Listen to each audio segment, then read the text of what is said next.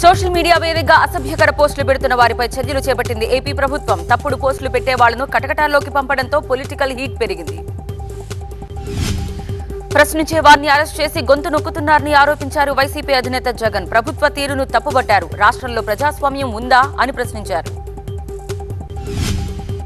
Social మీడియాలో మహిళల్ని కించపరిచేలా ఇష్టానుసారం పోస్టులు పెడితే చర్యలు తప్పవన్నారు సీఎం చంద్రబాబు. ఇందుకోసం చట్టాలు కూడా తీసుకొస్తున్నట్టు తెలిపారు. సైకో పార్టీలో కొందరు సోషల్ మీడియాలో నీచంగా ప్రవర్తిస్తున్నారన్నారు ఏపీసీసీ చీఫ్ షర్మిల.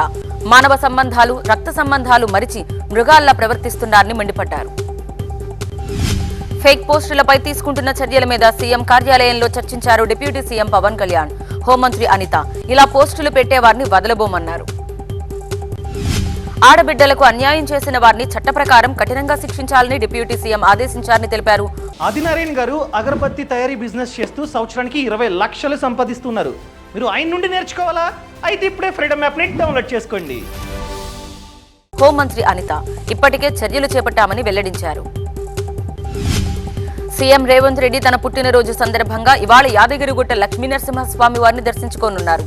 వైటీడీఏ ఆలయ అభివృద్ధిపై సమీక్ష జరుపుతారు సీఎం. ఇవాళ మూసీ పునరుజ్జీవ సంకల్ప యాత్ర చేపట్టారు సీఎం రేవంత్ రెడ్డి. మూసీ నది వెంట సంగెం నుంచి భీమలింగం వరకు 2.5 కిలోమీటర్ల పాటు పాదయాత్ర చేస్తారు. మూసీ ప్రక్షాళన చేయాల్సిందే కానీ ఒక్క ఇల్లు కూలగొట్టినా ఊరుకునేది లేదన్నారు కేంద్ర మంత్రి కిషన్ రెడ్డి. ఇళ్లు కూలగొట్టి రియల్ ఎస్టేట్ వ్యాపారం చేస్తామంటే ఒప్పుకోబోమన్నారు. మూసీ పరివాహక ప్రాంతాల్లో ఒకరోజు అక్కడే భోజనం చేసి నిద్ర చేస్తానని కిషన్ రెడ్డి తెలిపారు. మూసీకి ఇరువైపులా రీటైనింగ్ వాల్ కట్టి డ్రైనేజ్ వ్యవస్థ ఏర్పాటు చేయాలన్నారు. రాజధాని అమరావతి ప్రాంతంలో గ్యాస్ ఇన్సులేటెడ్ సబ్ స్టేషన్ ని చంద్రబాబు ప్రారంభించారు. ఇక్కడి నుంచే మరో 5 సబ్ స్టేషన్లను కూడా ప్రారంభించారు సీఎం. కొర్లంలో 54 కోట్లతో నిర్మించే విద్యుత్ ఉప కేంద్రానికి వర్చువల్ గా శంకుస్థాపన చేశారు సీఎం చంద్రబాబు. కేంద్ర మంత్రి రామ్మోహన్ నాయుడు హాజరు కాకపోవడంపై సీరియస్ అయ్యారు. సర్పంచులకు ప్రథమ స్థానం ఇవ్వాలని, పంచాయతీల సమృద్ధి కోసం ఎక్కువ నిధులివ్వాలని సూచించారు డిప్యూటీ సీఎం పవన్ కళ్యాణ్. సర్పంచ్ సంఘాలతో భేటీ అయ్యారు. ప్రజల నెత్తిన విద్యుత్ ఛార్జీల పిడుగుపడింది. ఈసారి విద్యుత్ ఛార్జీల భారాన్ని ప్రజలు మోయాల్సిందే అంటున్నారు సీఎం చంద్రబాబు. ఇదంతా గత ప్రభుత్వ పాపమే అంటున్నారు. రాష్ట్రంలో కరెంట్ ఛార్జీల పెంపును వ్యతిరేకిస్తూ కాంగ్రెస్ పార్టీ భారీ నిరసన చేపట్టింది. విజయవాడలో లాంతర్లు పట్టుకుని ర్యాలీ నిర్వహించారు ఏపీసీసీ అధ్యక్షురాలు. ఛార్జీల పెంపును నిరసిస్తూ ఆందోళన చేపడతామంది వైసీపీ. గత ప్రభుత్వం కేంద్రంతో చేసుకున్న ఒప్పందాల్ని రద్దు చేసి విద్యుత్ ఛార్జీల్ని తగ్గించాలంటున్నారు ఆ పార్టీ నేతలు. అంతర్జాతీయ సంస్థల్లో అనేక మంది తెలుగు వాళ్లు అగ్రస్థానంలో ఉన్నారన్నారు మంత్రి లోకేష్. విచ్ యూనివర్సిటీలో నిర్వహించిన హైయర్ ఎడ్యుకేషన్ ఫెయిర్ ను ప్రారంభించారు. ఏపీలో ప్రస్తుతం ఉన్న పరిస్థితులు స్వాతంత్ర్యం వచ్చిన తర్వాత చూసి ఉండవని విమర్శించారు మాజీ సీఎం జగన్. రాష్ట్రంలో చీకటి రోజులు నడుస్తున్నాయని మండిపడ్డారు. అమరావతి రైతుల ల్యాండ్ పూలింగ్ అనుమానాలను నివృత్తి చేసేందుకు మంత్రి నారాయణ స్వయంగా రంగంలోకి దిగారు. రైతుల ఇళ్లకు వెళ్తూ వారితో ఈ అంశంపై మాట్లాడుతున్నారు. సివిల్ సర్వీసెస్ కు ఎక్కువ మంది ఎంపికైతే రాష్ట్రానికి ప్రయోజనం అన్నారు deputy CM Bhatti Vikramarka. Mains కు ఎంపికైతే ₹1,00,000 ప్రోత్సాహం అందిస్తామని ప్రకటించారు. హైదరాబాద్ బ్రాండ్ ఇమేజ్ పెంచినందుకు తనపై కేసులు పెడతారా అని ప్రశ్నించారు బీఆర్ఎస్ వర్కింగ్ ప్రెసిడెంట్ కేటీఆర్. తనని అరెస్ట్ చేస్తే జైలుకు వెళ్లేందుకు సిద్ధమని ప్రకటించారు. జైల్లో పెడితే యోగా చేసి పాదయాత్రకు సిద్ధమవుతానని తెలిపారు కేటీఆర్. ఎలక్ట్రిక్ కార్లను ప్రోత్సహించేందుకే తాము ఫార్ములా ఈ రేసింగ్ నిర్వహించామని తెలిపారు. నాటు బాంబు లక్ష్మీ బాంబు కాదు, త్వరలో ఆటం బాంబు పేలబోతోందన్నారు మంత్రి పొంగిలేటి. గుమ్మడికాయ దొంగంటే కొందరు భుజాలు తడుముకుంటున్నారని ఎద్దేవా చేశారు. పత్తిని సీసీఐ కేంద్రాల్లోనే విక్రయించి ఎంఎస్పీ ప్రయోజనం పొందాలని సూచించారు వ్యవసాయ మంత్రి తుమ్మల. రాష్ట్రంలో పత్తి కొనుగోలు తీరుపై తుమ్మల అధికారులతో సమీక్షించారు. ప్రభుత్వం ఏర్పాటు చేసిన కేంద్రాల్లో వరి ధాన్యం అమ్మకాలు చేపట్టాలని ఆదేశించారు మంత్రి శ్రీధర్బాబు. భూపాలపల్లి జిల్లా కొండంపేటలో వరి కొనుగోలు కేంద్రం ప్రారంభించారు. లండన్ వరల్డ్ ట్రావెల్ మార్కెట్లో తెలంగాణ పర్యాటక శాఖ స్టాల్ ని ప్రారంభించారు మంత్రి జూపల్లి కృష్ణారావు. భారత హై కమిషనర్ విక్రమ్ దురాయ్, కేంద్ర పర్యాటక శాఖ డీజీ ముగ్ధా సిన్హా ఇందులో పాల్గొన్నారు. కౌలు రైతుల సమస్యలు పరిష్కరించేందుకు కొత్త చట్టం తేనున్నారు మంత్రి అచ్చెన్నాయుడు. గడిచిన 5 ఏళ్లు వ్యవసాయ శాఖకు తాళం వేశారని ఆరోపించారు. కులగణన సర్వే కోసం ఇంటింటికి వస్తున్న ఎన్యూమిరేటర్లను చుట్టల్లా ఆహ్వానించి వారికి సమాచారం ఇవ్వాలన్నారు మంత్రి పొన్నం. హుస్నాబాద్ లో సర్వే తీరును పరిశీలించారు. బీజేపీ లీడర్ మహేశ్వర్ రెడ్డి దిష్టిబొమ్మను దగ్ధం చేశారు. బీసీ సంఘం నాయకులు దహనం చేశారు. కులగణనపై అడ్డంకులు సృష్టించే విధంగా మాట్లాడుతున్నారని ఆరోపించారు. నిర్మల్ జిల్లాలోని దిలావర్పూర్, గుండంపల్లి గ్రామాల్లో సమగ్ర కుల సర్వేను బహిష్కరించారు గ్రామస్తులు. ఇథనాల్ ఫ్యాక్టరీకి వ్యతిరేకంగా గ్రామస్తులు తీర్మానం చేశారు. సుప్రీంకోర్టు మార్గదర్శకాలకు ప్రకారం రాష్ట్రంలో ప్రత్యేక బీసీ కమిషన్ ఏర్పాటైందన్నారు. ఆ కమిషన్ చైర్మన్ భూసాని వెంకటేశ్వరరావు ఈ నెల 30 లోపు రిజర్వేషన్ సిఫార్సులు సమర్పిస్తామన్నారు. గుంటూరు జిల్లా పేరేచర్లలో లక్ష్మీ గణపతి రైస్ మిల్లుని ఆకస్మికంగా సందర్శించారు మంత్రి నాదెండ్ల మనోహర్. అక్కడ రేషన్ సప్లై వాహనాన్ని చూసి సీజ్ చేయాలని ఆదేశించారు. పోలవరం ప్రాజెక్టు పనుల్ని పరిశీలిస్తున్న విదేశీ నిపుణుల బృందం జలవనరుల శాఖ అధికారులతో సమావేశమైంది. కొత్త డయాఫ్రమ్ వాల్ నిర్మాణం, డిజైన్లో తీసుకోవాల్సిన జాగ్రత్తలపై చర్చించింది. ధాన్యం కొనుగోళ్లలో ప్రభుత్వ చిత్తశుద్ధి కనిపించడం లేదని మాజీ మంత్రి ఎర్రబెల్లి మండిపడ్డారు. వరి కోసం నెల రోజులు గడుస్తున్నా ధాన్యం కొనే నాథుడే లేడని ఆవేదన వ్యక్తం చేశారు.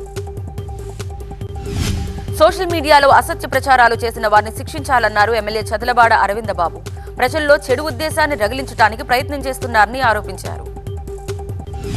దేశ సంపదను ముస్లింలకు మాత్రమే పంచిపెట్టాలని మూల సిద్ధాంతం కాంగ్రెస్ పార్టీదని బీజేపీ ఎంపీ లక్ష్మణ్ అన్నారు.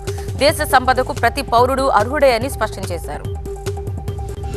CM Revanth Reddy birthday gift సిద్ధం చేశారు. వికారాబాద్ జిల్లా యాంకి గ్రామానికి చెందిన కళాకారుడు సున్నపు అశోక్ ఐస్ క్రీం పుల్లలతో అసెంబ్లీ నమూనాను తయారు చేశారు. అశోక్ విశాఖ తోటగురువులో ఏర్పాటు చేయనున్న బ్యాడ్మింటన్ అకాడమీ నిర్మాణం కోసం భూమి పూజ నిర్వహించారు. బ్యాడ్మింటన్ క్రీడాకారిణి పివి సింధు గత ప్రభుత్వం 2 ఎకరాల స్థలాన్ని కేటాయించింది.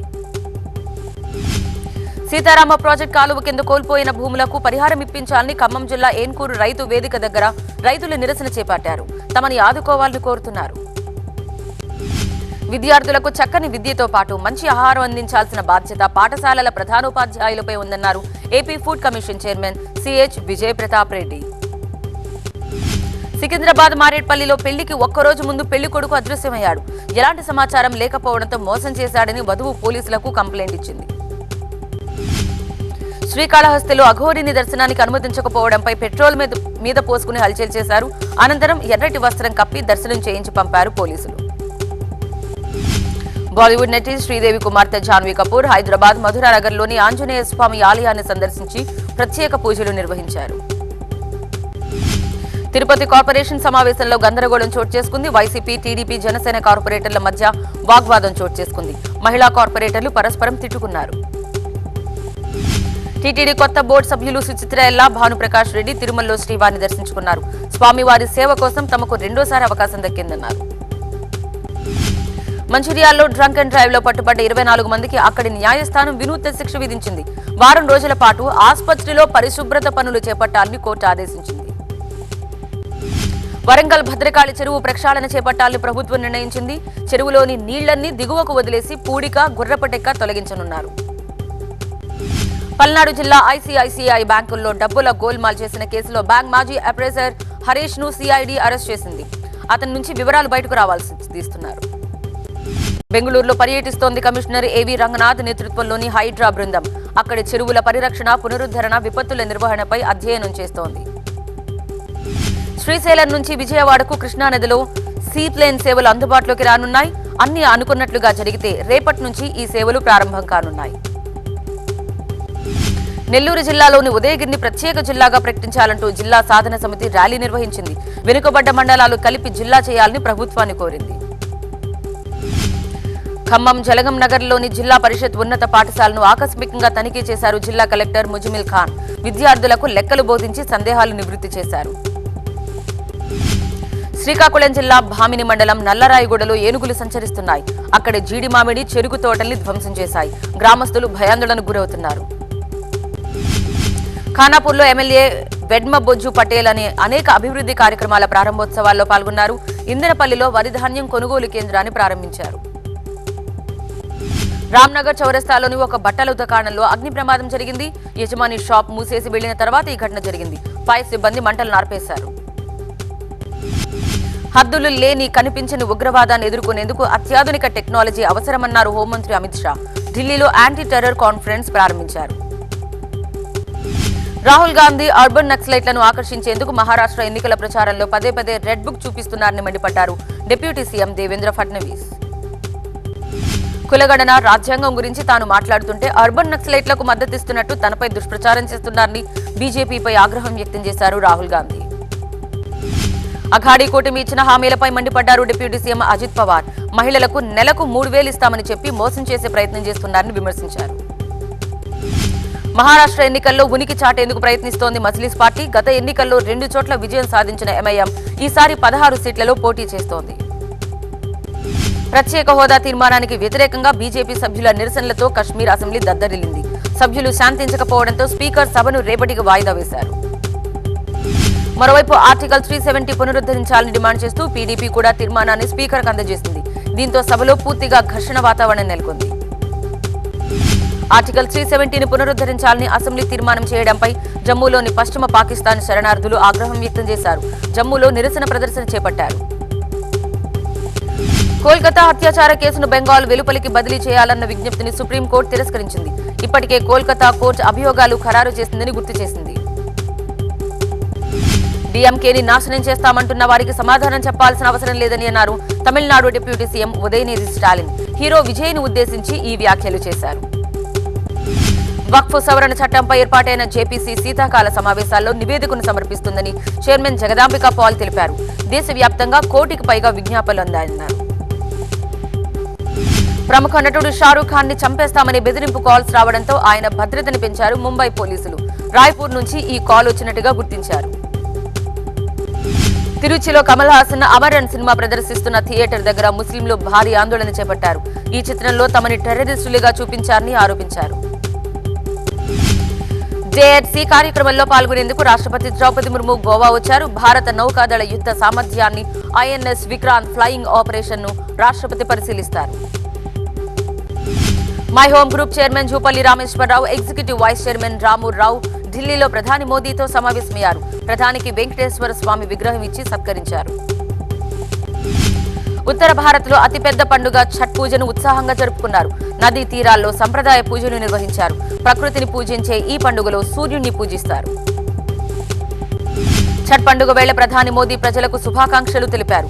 నిరాడంబరత, సంయమనం, సంకల్పం, అంకిత భావానికి ప్రతిరూపమైన ఈ పండుగ ప్రతీక అని తెలిపారు. హర్యానాలో ఛట్ పూజను సందడి కనిపిస్తోంది. కురుక్షేత్రలో జరిగిన వేడుకల్లో పాల్గొన్నారు సీఎం నయాబ్ సింగ్ సైని. వేడుకల్లో భాగంగా స్వయంగా గంగా హారతిచ్చారు సీఎం. రాంచీలో జరిగిన ఛట్ వేడుకల్లో జార్ఖండ్ సీఎం హేమంత్ సోరెన్ పాల్గొన్నారు. పెద్ద సంఖ్యలో వచ్చిన భక్తుల మధ్య ఆయన సంప్రదాయబద్ధంగా పూజలు చేశారు. ఢిల్లీలో ఏర్పాటు చేసిన ప్రత్యేక ఛట్ ఘాట్ లో ఢిల్లీ సీఎం అతిషి పూజలు నిర్వహించారు. అందరికీ శుభం కలగాలని సూర్యదేవుణ్ణి ప్రార్థించానని అతిషి అన్నారు. ఛట్ పండుగ సందర్భంగా దేశ రాజధాని ఢిల్లీ వాసులకు చేదు అనుభవం ఎదురైంది. యమునా నదిలో కాలుష్య నురగ కారణంగా పవిత్ర స్నానాలు చేసేందుకు ఇబ్బంది పడ్డారు భక్తులు. స్కంద షష్ఠిని సందర్భంగా తమిళనాడులోని సుబ్రహ్మణ్య స్వామి ఆలయాలకు భక్తులు పోటెత్తారు. తిరుచెందూరు సముద్ర తీరంలో సురసంహారం వేడుకను నిర్వహించారు. సురసంహారం వేడుకల్ని తిలకించేందుకు తిరుచెందూరు మురుగన్ ఆలయానికి భక్తులు భారీగా తరలివచ్చారు. వేలాదిగా వచ్చిన భక్తులతో సముద్ర తీరం జనసంద్రమైంది. ప్రయాగ్రాజ్ లో మహాకుంభమేళా భూ కేటాయింపులకు సంబంధించి 2 అఖాడాల మధ్య ఘర్షణ జరిగింది. 2 గ్రూపులుగా విడిపోయి పరస్పరం దాడులు చేసుకున్నారు. ఢిల్లీలో వాయు కాలుష్యం ప్రజలపై తీవ్ర ప్రభావం చూపిస్తోంది. ఊపిరితిత్తుల సమస్యలు తీవ్రం కావడంతో ఎయిమ్స్ పల్మనాలజీ విభాగానికి రోగులు పెద్ద సంఖ్యలో వస్తున్నారు. యూపీలో షాజహాన్పూర్ సమీపంలో ఒక పొలం దున్నుతూ ఉండగా పురాతన కాలపు ఆయుధాలు బయటపడ్డాయి. ఇందులో కత్తులు, విరిగిపోయిన తుపాకులు, కొడవళ్లు ఉన్నాయి.